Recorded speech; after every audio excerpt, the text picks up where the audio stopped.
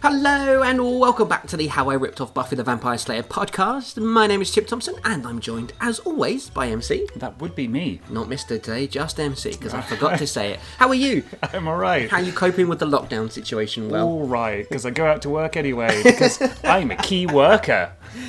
Congratulations. Yes. My job is not glamorous.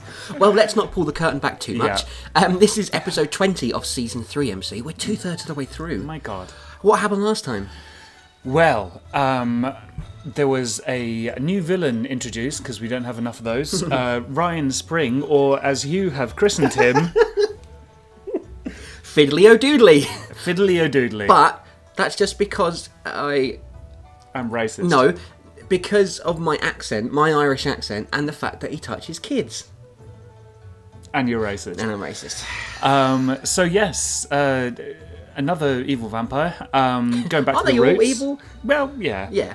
But this one's especially so because he kills children or something. Yeah, he really upset Dom for some reason as well, who knew about him for some reason yes. also. Yeah. So Dom's gone into a trance for 12 hours to find where he is by going into parallel dimensions. It was an astral plane, actually. Astral plane. Get it right? You. Yeah.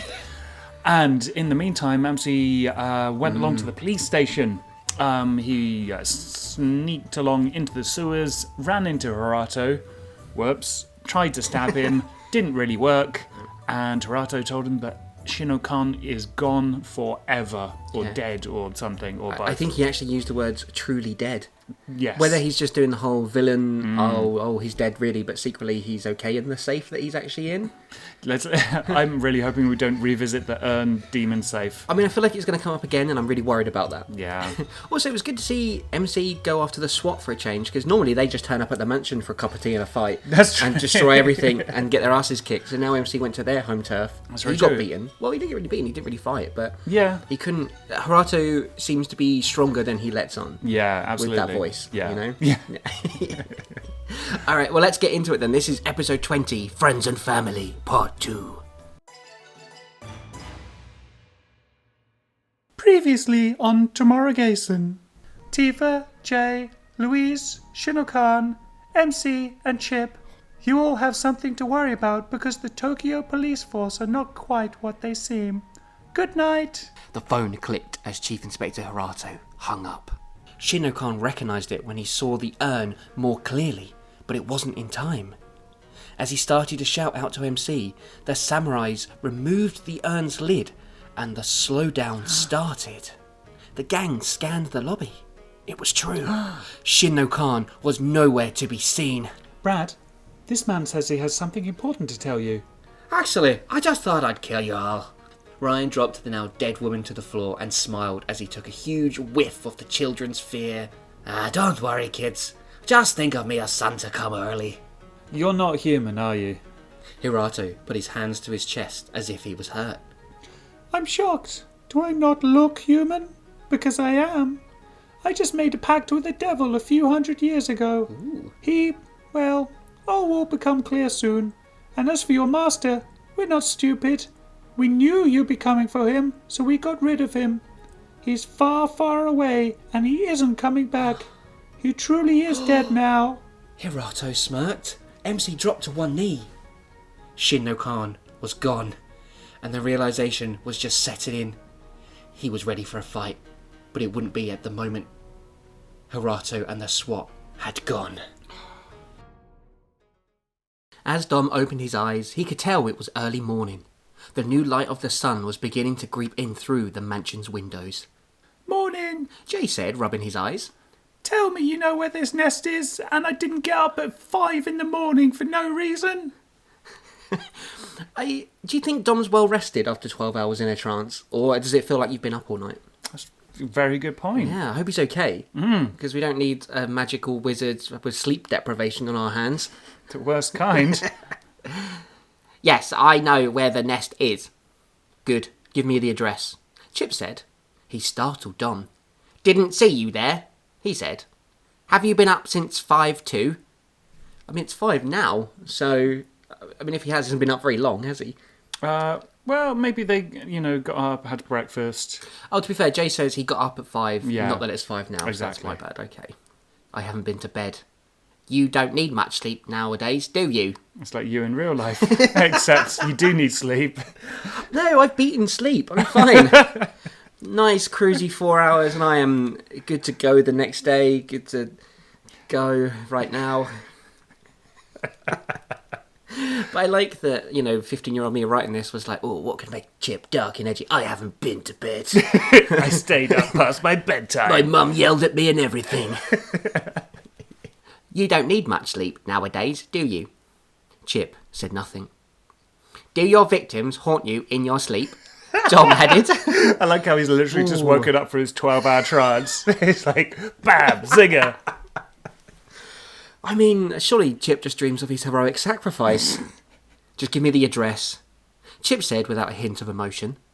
Dom wrote the address down on a piece of notepaper in front of him and handed it to Chip. MC! Jay said as his friend walked into the lobby. How did it go? Chip asked, wanting to know immediately. MC took a second to answer. He's gone. Shin-no-Khan is gone. The 4 men were silent for a moment. Both MC and Chip had been through Shin-no-Khan's death before, but he had come back. Which meant they hadn't had to deal with it. Now it was real. I guess I hadn't really considered that Shin-no-Khan had died before. And also that they didn't take the time to process emotional happenings in their life. You wonder why it goes wrong sometimes, really. But, I mean, I'm trying to think of the time period, because he died at the end of their year-long training. He did, And then they went to Tokyo, found an abandoned mansion, and then he just popped back up again. Is that how it happened? Pretty sure. Wow. Yeah, we'd have to consult the first episode, I guess, because I think that's right. when it happens. Because read that because it's a page and a half. But yeah, I'm pretty sure that was so a short amount of time. So this is going to be the first prolonged period without their ninja master Probably slash be father. like 2 episodes before he comes back again. You know where this nest is? MC finally asked. Chip nodded. They left. What's going on? Louise asked as she stepped out of the living room. She held her head as if it was going to explode. Of course, Louise and Tifa got hammered on tequila. Yes, they did. Yeah, they drank a lot of tequila. Mm-hmm. Yeah. Chip and MC, they've gone to kill some vampires. Together? What about Shin-no-Khan? Tifa asked as she came into the lobby. She looked about as bad as Louise did. Jay said nothing, and they got the message. Tifa didn't. No. You can tell where I'm going. I'll make us some coffee. Jay said, 2 sugars in mine, Dom instructed. Painkillers with mine, Louise said. Why is he here? Tifa asked. I'll explain it all in a minute. Jay replied. I like that Jay's become, the one that holds it all together now. He is, he it's is. like, you go off and fight the vampires, I'll make that tea and I'll everything. get the tea in, yeah. Also, do you feel like Dom has kind of come in as a replacement Shin-no-Khan? I did. I think I said something about MC desperately grasping at father Yes. figures at some point. Yeah, or at least he's the mission of the week supplier. Yeah, exactly. He's mission of the week, and he's the one who's like, I know this mysterious thing for some reason. Yeah. There is a vampire. How do you know? Don't know. Yeah. What happened in the astral plane? How did you find We the don't vampire? talk about the astral No. plane. What happens in the astral plane stays in the astral plane. Do you think he had to perform some sort of prostitute duties to get the information.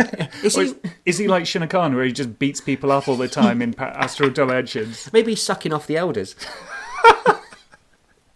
Which would be interesting, considering they can split into two men. So it was more like spit roasted by the elders. That's the house. Chip said. He and MC were parked by a small bungalow in a middle-class area of Tokyo. Most of the residents were at work or at school. Every house had nice double-glazing windows and a well-kept garden. That was my idea of middle class. I was going to say, yeah. You didn't say doorbell, though. The house had blacked-out windows and the grass was at least 3 foot high. There was even a car with more blacked-out windows right next to the side of the house. It's fine, they all think they're drug dealers. Yeah, it would stand out a bit, wouldn't it, in a middle-class area? Yeah. Yeah, surely the neighbourhood watch would have something to say about this. How many do you reckon are in there? Chip asked as he pulled a stake out of his jacket pocket. His jacket pocket, where you keep all the weapons? I know, it's like, what's the name of that thing where it's just infinite? You know, you put things in it and it's just... Bag of holding? Is that what it's called? Well, in D&D it is. Okay, yeah. And it's just like unlimited space. It's like a TARDIS, you know. It's just bigger on the inside. I feel like the jacket pockets of the ninjas in this show are that. That's very true. Let's go and find out. MC stepped out of the car and headed towards the house. Chip also got out and chased after him. What if there's hundreds? We just can't go steaming in. You know, it strikes me that you don't seem that upset. What's that supposed to mean? MC stopped walking and turned back to Chip. He went up to him and the two ninjas stood nose to nose. I think that's cooler in my head than it would be in reality. Yeah. Yeah. Nobody's grabbed the other person by the collar yet. Not yet. Not yet, MC. See, I'm taking a little hard seeing as we just lost Shin-no-Khan, yet you're acting like it's another day in the park. Lovely day in the park, we'll walk, get the dog out. How the hell do you want me to act? In case you've forgotten, I spent the last few centuries of my life in hell. I'll learn how to spell that word eventually. It's kind of hard to get back from that. Oh, I'm sorry, I must have forgot that poor evil Chip had to pay for the lives he destroyed, but it seems you got another chance. Seems you finished paying for it. What do you call what I do every day? Getting through the next minute is hard enough for me without Shin-no-Khan being... Chip paused. Gone? But maybe you're not everything you seem to be. The Chip I used to know would be busting his ass trying to work for redemption instead of walking around like a pussy, moping about what torture you're going through. Maybe what you've really been doing is working from the inside, divide and conquer. You figured that last year you couldn't kill us because together we were all too strong for you, so this time you got rid of Shin-no-Khan. Or maybe you sucked him into that urn because he found out what you're really up to. What do you think, Chip? Does that sound like I'm getting close to your evil plan? Whoa, MC's just lost it, hasn't he? Whoa. Also, your face is ugly. You pussy. I think this is the bit, you know, in a TV show when everyone has issues, but they don't talk about them. Yeah. They just ignore them, and then they just explode with anger or passion or something, and it all comes out. I think this is it now. This is where we've got to with MC and Chip. This is where we break up. And then there's like a montage with sad music where we're like looking out the window while it's raining. Well, we've been through some hard times, a lot of murder and killing. I mean, do we think Chip is going to be evil? Is he part of this, or...? I don't think Chip's going to be evil, or I don't think he's going to be intentionally evil. Yes. There's a possibility that he is somehow unintentionally part of Hirato's plan. I wouldn't put it past 15-year-old me to try and retcon evil Chip and be like, oh, he was being controlled all along. Oh, yeah, that'd be a good one. I think that could be a potential thing. Yeah, that'd be really lame. Chip could feel his hands clenching. He'd like nothing more than for him and MC to have a throwdown right there and then. But he let it pass for the time being. I think that we should work on our stealth, otherwise the nest of vampires we're about to kill will hear us sneaking up on them. I like to think of passive-aggressive ninjas who just keep getting into arguments when they're stealthing around. Oh, it's just like you to forget the shurikens, isn't it? I was standing in that shadow. Surprised you can fit with all the fucking biscuits you've been eating lately. Well, that just feels personal. For now, they parted and continued with the mission. So they stood nose to nose that entire time, just yelling at each other. I think the neighbourhood has just generally tuned out any weirdness after the drug-dealing neighbours. This is probably quite normal, actually. Two deranged people coming up to call on the house, having an argument. I can imagine there's a lot of curtains twitching right now. For now, they parted and continued with the mission. Nothing had been settled, but they both knew they had work to do. They split up. Chip went round the back whilst MC knocked on the front door. Excuse me, vampire inspector. Ninja calling! He thought he might try the I'm the postman routine to see if the vamps would just happen to answer the door and drag him in for a meal. What is the I'm the postman routine? Hello, I'm the postman. Oh no, I'm being bitten by vampires. Oh, what a classic. I know. There was no answer. MC tried the doorknob. It was locked. He twisted it further and felt the lock break easily with his ninja strength. That was ripped off from Major, wasn't it? Oh, yeah. I think every TV show's done something like that, though, haven't they? But definitely from Angel. Every TV show involving supernatural vampires. I mean, the only one I watch is Angel, so... True. As he stepped inside the bungalow... I'm sorry, the fact that it's a bungalow makes it funnier to me as well. These vamps have gone like, right, we need a nest where we can all hold up. Here's a really middle-class area with a lovely little garden.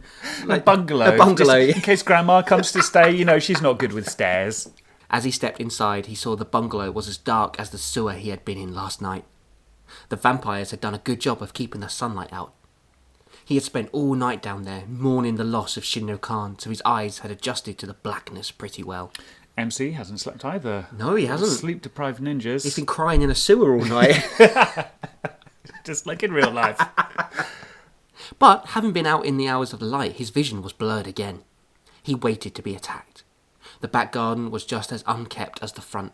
In fact, it was worse. There were bits of old machinery and debris containing wood, brick and stone lying around. The wooden fence had fallen on the ground and in was little pieces. Mm-hmm. And in was little pieces. Chip picked up a bit of the broken fence and shoved it in his pocket. Jacket pocket.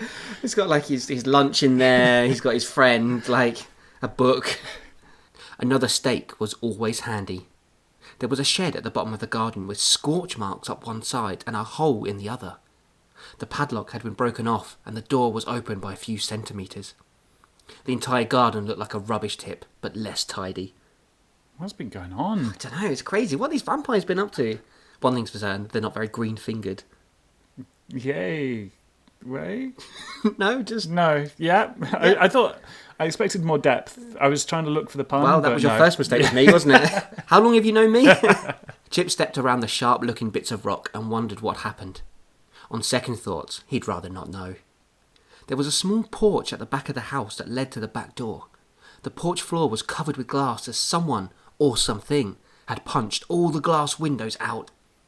Chip pushed a door and it collapsed, falling off its last 2 hinges. The back door was also open. The glass cracked under Chip's feet, but he figured that any vampire who might be a match for the 2 ninjas would already be alert to their presence. Their argument in the street a few moments before wasn't the best of entrances. And whose fault is that? I mean, it was MC's really. He started the fight. Yeah. Yeah, so... I know, but I was making a joke. Shut up, Jesus. I'm trying to read here. Green-fingered. Chip doubted he and MC would ever trust each other again. Yeah, me neither after that green-fingered comment. He knew MC was right. He deserved to be in hell for all eternity for his crimes, but he wasn't.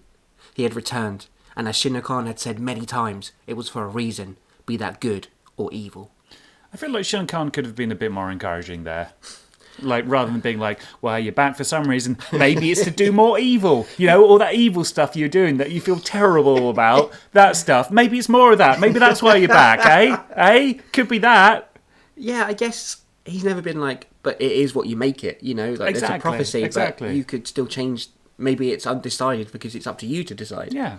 Nope, he never said any of that. I'm glad the dick's dead. The back door led into a kitchen. Again, it was messy and didn't look like it had been used in months. Chip made a mental note of the knives sitting in the stand. Put them in his jacket pocket. The sink was piled over with pots and pans and the tiles on the wall were cracked and broken. All that went in the jacket pocket as well. There was a red substance stained on the white tiles. Chip guessed it to be blood. He pulled out his stake and headed for the door at the other end of the kitchen. He could hear someone on the other side. He reached for the door handle. Chip opened the door, stake held high, ready to stab any undead creature in the heart. He lunged forward, but stopped before he stabbed MC. Any normal man wouldn't have been able to stop at that point. Chip is super cool and awesome. He can stop stabbing people in the heart. I bet you accidentally stab people in the heart all the time. That's because less you're a man. loser. Any sign? Chip asked. There's one more door in here. I think it leads to the bedroom. Chip followed MC into the dark room. He immediately noticed the windows blacked out. What's behind door number 2? MC said to himself, is that attempting a quip, or... Yeah? Okay. Green fingers. Before he or Chip could open it, the door swung open. Hello! No. How do you do hello in an Irish accent? Hello. Hello! Hello! Oh, Hello! Ryan said. okay. You mean Fiddly McDoodly? MC raised his sword, waiting to be attacked. Can I help you? Look, I'm not in the mood for this. MC replied. I've had a really bad day. This guy next to me could be evil, but then again, he might not be. And I've lost the closest thing I've had to a father in years because the chief inspector of the Tokyo police force is some kind of superhuman who made a pact with the devil, which my friends and me have yet to discover. On top of that, the owner of the antique shop in town comes to my abandoned mansion and tells me that a vampire's killing children and worse. So let's cut the crap. I like how he says... For some reason, the takeaway I got from there is owner of the antique shop in town. Yeah, there's only one in Tokyo.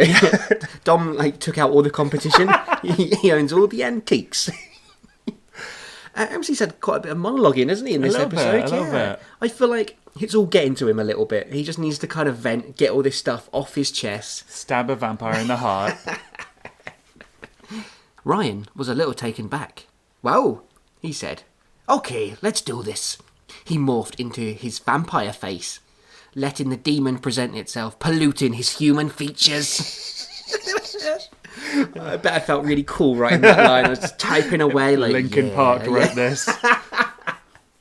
Polluting his human features. By the way, what's the name of this antique dealer? Why would we tell you that? Because once we're done here, I must pay him a visit and kill him. By the way, your friend was wrong. You don't kill children? Chip asked.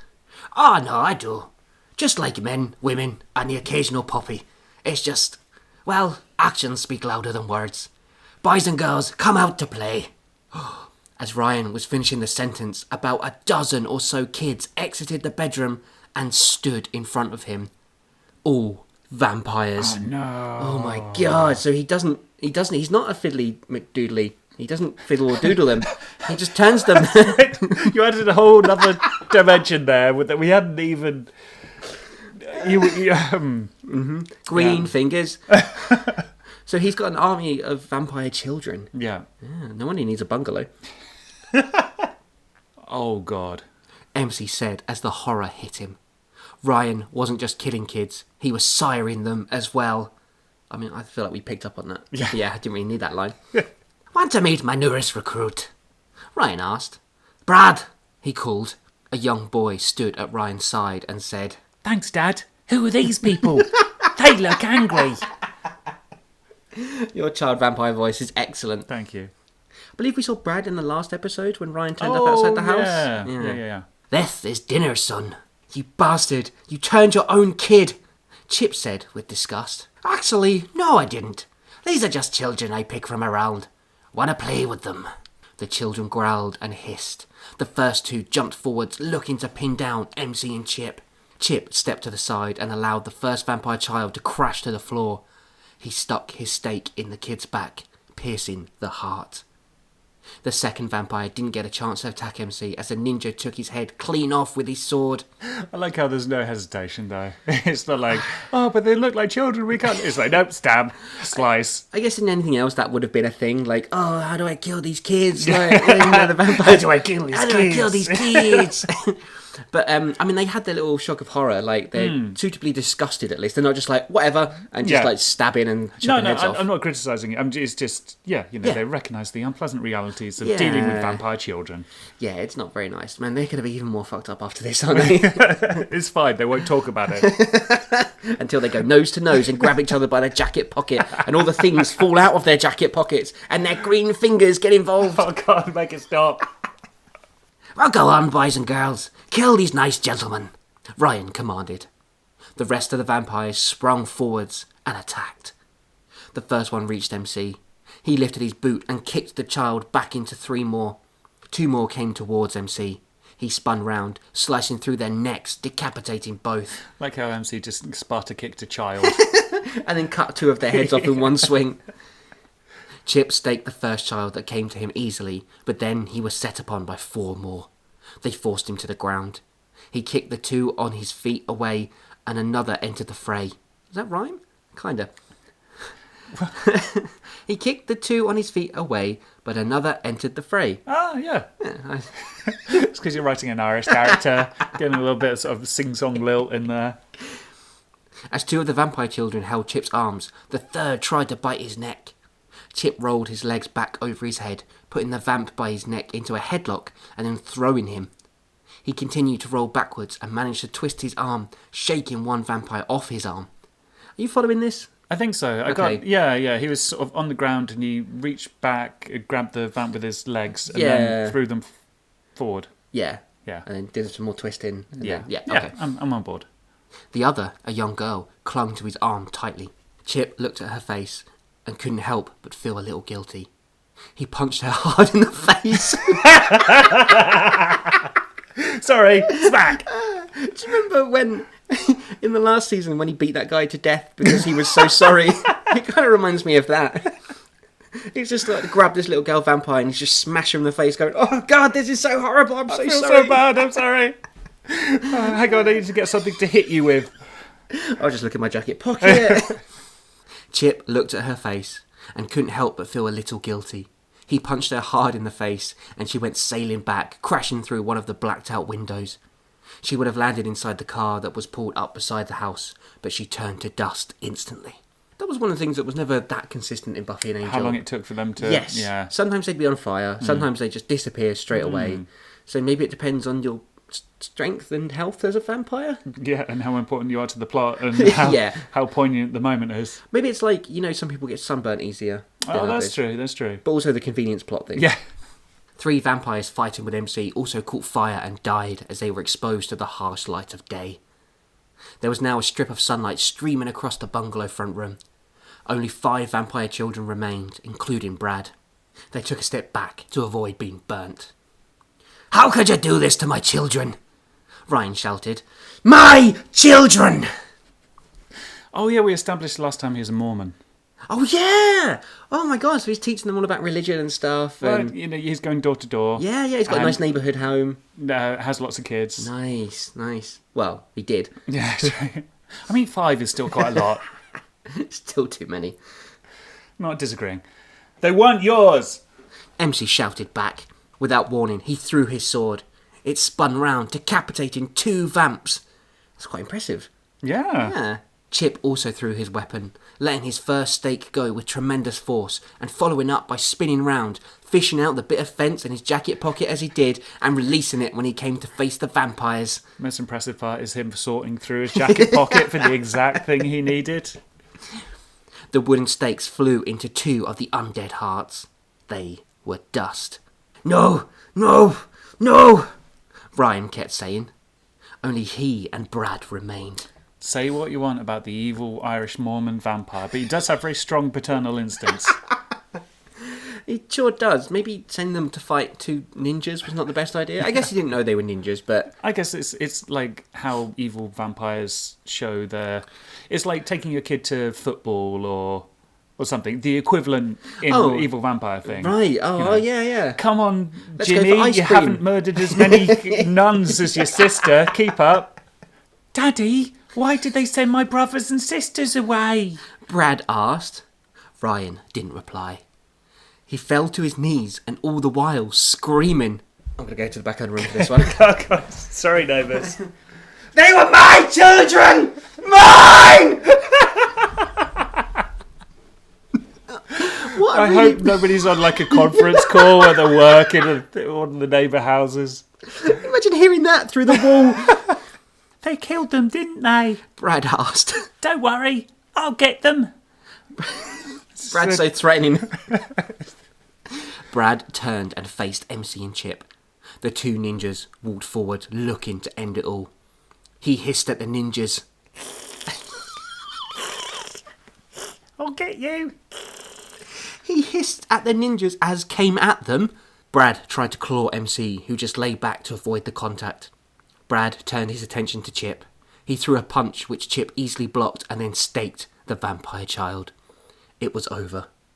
I thought there a second they were going to do like a bullying thing where they were just like pushing the kid between the two of them. Just giving a punch or a kick in or something. MC and Chip had killed all the vampire children and Ryan was still on his knees on the brink of tears. My children, what have you done? MC crossed the room, walking past the flawed vampire and picked up his sword. He went back to Ryan and aimed the sword at his neck. No, Ryan said more to himself. This isn't the end. Not again. As MC pulled the blade back, preparing to slice through Ryan's neck, the vampire got to his feet quickly and shoved MC back, knocking him to the ground and tried to make a break for it. He went for the broken window. Despite the path being bathed in the morning sunshine, he'd make it into the blacked out car before he caught a light. I'm not sure if they're saying that he could make it into the blacked out car or he did make it into the blacked out car. Yeah, it's and weird. Again, this is the thing where he doesn't instantly turn to dust because plot convenience. Because he's Irish? Yeah. But he should be more susceptible to the sun. No, he's a vampire Irish, so it's like opposite. Oh, that makes sense. Chip set off also, intent on stopping the vampire so he wouldn't get loose on the world. He managed to take Ryan out with a rugby tackle. Ryan hit the floor hard and immediately tried to roll out of the direct path of light, but Chip tried to pin him down. As smoke started to rise from Ryan's body, he managed to shift his weight and roll out of the way. Chip kept his grip like a snake with its prey. The rolled around on the floor for a bit until Chip finally got Ryan pinned to the floor and with a stake at his heart. So he's taking a long time to fry, isn't he? He is. Why? MC said. Why did you do it? Do we mean MC here or do we mean Chip? He's yelling from inside the bungalow. Just looking out the window. Oh, you kids! You really want to know? Ryan asked. The things I've seen would haunt you in your sleep. I won't be sleeping much tonight. A little callback from Chip there to what Dom said earlier about how he's cool and he doesn't go to bed. They say vampires are immortal. I wouldn't know. I've only been damned for about a year now. Maybe not even that long. I forget. Strange how they say you're damned for all eternity when you are turned. Most vampires don't say it like that. How can you be damned if you live forever, right? This is a really fucking long conversation. I know, right? And he's slowly being set on fire. It's like, well, I've always been a philosophical bent of mine, so, I've been thinking about all this a lot. Me mum was a poor child growing up. It all started when I was 5. Oh, God, I hope we don't have any Irish listeners. Why, children? Chip said aggressively, pushing the stake closer to Ryan's heart. I mean, how is he not on fire? This goes against all the rules. Because I was damned before I became a vampire. Funny the things you see in life. Not just in your undead lifetime either. When I was alive, I had a family, a wife and 2 kids. Me wife Eve, she was a real stunner, Long red hair, big pouty lips and silk skin. Silk skin? Silk skin? He made a dummy. Oh, she was beautiful. Me and her myself. Me mum did the sewing. I just wanted to say me mum again. The bitch was sleeping with half her friends' husbands, though. Still I had me kids. No matter how rough life got, I always had them. Sometimes I would just sit and watch them for hours while they slept. Creepy. Then one night, whilst they were sleeping, something went wrong. The earth started to shake. I thought it must have been an earthquake, but it seemed to get stronger and stronger. Unlike my Irish accent, which is really getting away from me now. It's getting more authentic. To kids. Turning Yorkshire. The kids woke up and went downstairs. We saw Eve. She was being eaten alive by this gigantic blue monster. It ripped her apart. The kids and me tried to escape through the back, but it shot a fireball at us. I hit me head, and when I woke up, I was next to my kids' bodies. Or at least, what looked like them. The dental records confirmed they were my children. Anyways, a couple of weeks later, I got turned. It was my second chance to be a father again. Ooh. Consequences. I know, right? And he's still not on fire. He's just said all that in a very, very loose Irish accent. He's got a fire extinguisher and he keeps pausing to douse himself. Is MC like holding like one of those big leaves over them or something like that? Giant blue monster. MC retorted. The one. Chip realised. The hell demon he had raised to kill his friend. The monster that he hadn't been able to control and that nearly destroyed the city and the world. The demon that forced Chip to kill himself to send it back. I mean, heroic sacrifice. Yeah, I'll just go back and type that in, I think. It had a name, Ryan said, laughing. Man, that thing knew how to have a good time. I mean, it killed his family. Like, I thought he was... He's a demon, though. He's all vampire-y, evil-y. But wasn't he all sad about it, and that's why he kills kids, so he has more kids? Yeah. Cool. Your writing is very consistent. Shut up! Chip yelled as he staked Ryan, who still hadn't caught fire, apparently. I reckon they must have been in the under shade somehow, and you just didn't write that in, because otherwise... Maybe. Or maybe he was just like really like his skin was all burning away. That would have been quite a cool image, I think. Him delivering like that angry monologue. 5 minutes, though. Yeah. Chip's body hit the floor as Ryan exploded to dust. He stayed there, trying to comprehend what was happening. Dozens of kids had just died because last year he let a hell demon loose on the world. A lot more people died than that. I'm sorry, Chip. No. Like 10, maybe 11. Some people had a bit of a bruise, maybe. He hadn't really thought too much about the lives destroyed because of him. Isn't that all he's been doing?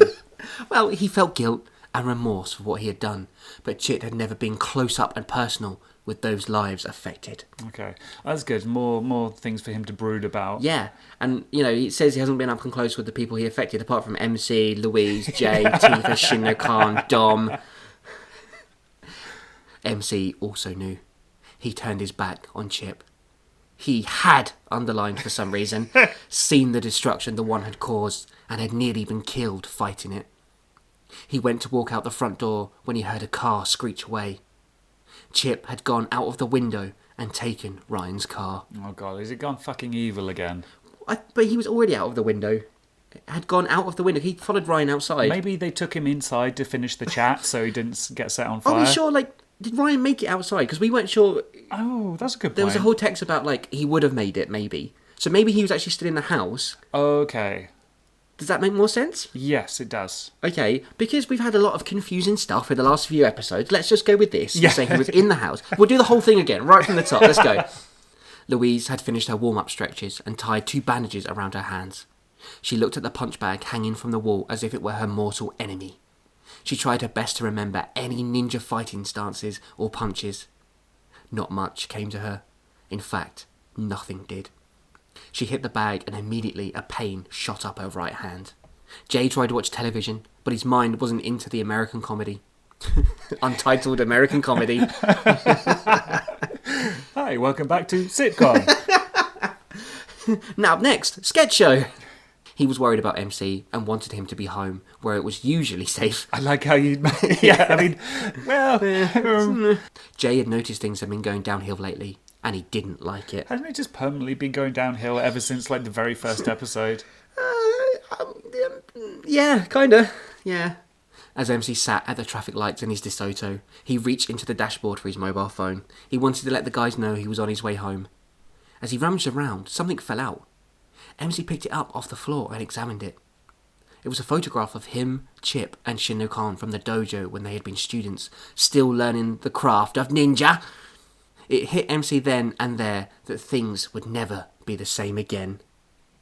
I mean, I feel like he should have realised that a little while ago, to be honest. Something's different. I can't put my finger on it. Chip had dumped the car about a mile away and had decided to walk. He didn't know where he was going, but Chip knew he was tired. It's because he's been up since 5 in the morning. No, he didn't sleep. Oh, no. Tired from the thoughts in his head, the guilt ravaging his body, and from life. Oh, we all feel a bit like that, mate, don't worry. He came to an alley and found an old blanket that had probably belonged to a hobo at one point. He draped it over his body and kept on walking, letting the tears slip from his eyes and onto the blanket. Why does the blanket make it sadder? I don't know why. Because it's a hobo blanket. And he's picked it up. It's a discarded hobo blanket. Like, there was a hobo who looked at the blanket and was like, ooh, a bit grown. No, I don't think so. I think Chip's just so not used to crying that he was like, I must catch the moisture. What is this? The young girl in the picture was Tifa Lockhart as she finished her last day at the police academy. It seemed such a long time ago now. She had seen and learnt so much. Going from being a rookie in a uniform to a tough detective and then getting the sack from the job she loved so. Looking at her old photos helped calm her down in situations like this. It was reassuring that she has at least accomplished something in her life. Tifa checked the pregnancy test again to double check the result. Oh God, I don't want kids. And that's where we're going to end episode 20. I don't even want fictional me to have kids. This is the worst, most tragic thing. This is worse than the one. This is worse than Shin-no-Khan dying. Why are you running out of the room? Come back, we're not finished yet. You have to pay imaginary alimony. Put that coat hanger down! Whoa, there's a cliffhanger for you. know. Blimey. Tifa is pregnant. Yeah. The prophecy about MC's son. Was it a son or was it just child? I think it was son, wasn't it? Yeah, maybe. Oh my god. Okay, what do we think of this episode, MC? Because there's so much to unpick here. Longest vampire turning into dust monologue ever. Yep. But But he was inside. We've established that. That's canon true, now. that's So we've true, that's retconned true. the whole thing. So yes, good thing we're going back to Chip being evil again, because I feel like we haven't really mentioned that for a while. He's got a sad hobo blanket. He's not evil. Well, I mean, he's fucked off again, so we don't know where he's gone. I guess the theme of this episode was things coming home for people.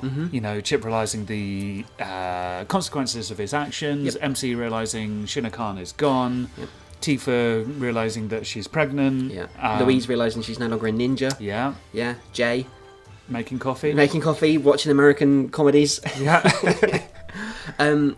This has been a bit of a theme as well towards the end of these episodes as well. We just kind of check in with everyone. I think we've done it at the start of episodes as well. It's like, here's what Chip's doing. Here's what Chip is doing. Here's what MC's doing. Here's Tifa. And this one is it feels very much like American film. Yes. American comedy. American comedy film. It feels like the whole gang is very fragmented right now. Yeah. And even though they kind of came together after the whole Portal fiasco, I think everything with Chip is still there. Yeah. And it feels like, again, with this season, there hasn't been one long arc in terms of, like, Harato's always been there doing stuff and fucking with the gang. But now it's like, oh, they were ported away, and now we're going to get back to Chip and his guilt and what he caused and the one and stuff like that. And there's just a lot of layers. I feel a bit guilty about saying that. But there's a lot going on, is what I'm trying to say. True. I'm throwing a lot at the wall and seeing what sticks. Yeah. Not a lot, to be honest. Well, if you throw shit at the wall, it does stick. So Should we see what next week's episode is called, MC? Let's do that. Next week's episode is called Evangelina? Yeah. Cool. Next week's episode, MC, is called Evangelina. Evangelina? Evangelina? It's called something like that, MC. Eva plus some other letters. Well, The point is, it's got angel in it. oh, that's how you have to say it then. Eve, Angel, Ina. Did you just Eve write Angelina. the female version of Angel so that Chip can make out with her? Evangelina, that's how we're going to say it. Okay. Next week's episode is called Evangelina, which has a lot of syllables. Definitely. And, hey, if you know what Evangelina means, there's numerous ways in which you can get in touch. You can find us on Facebook. We're at facebook.com/HowIRippedOffPodcast. And we're also on Twitter at How I Ripped Off. And you can find our entire back catalogue on SoundCloud, Stitcher Radio, iTunes and YouTube. And please leave us a rating and a review. Can you do those things separately? I don't know. Do both. Yeah, do all of them. Do all of them. Come do it in a bad Irish accent. Make another account and leave us another review. Oh yeah, beat the system. Yes. Yes, hell yeah. Well, I'm going to do that myself. We'll have hundreds of great reviews by the end of this. And we'll see you next time for the confusing episode called Evangelina. Yeah, I think that's a name. I'm pretty sure it's a name. So we think it's the name of something then. Yeah. So new character. Ooh, new voice. Excellent. Oh no. Everyone, stay safe, stay well, stay indoors, look after yourselves, your friends, your family and your loved ones. Come and say hello to us if you get bored. And we'll bring you some more How I Ripped Off Buffy the Vampire Slayer action next week.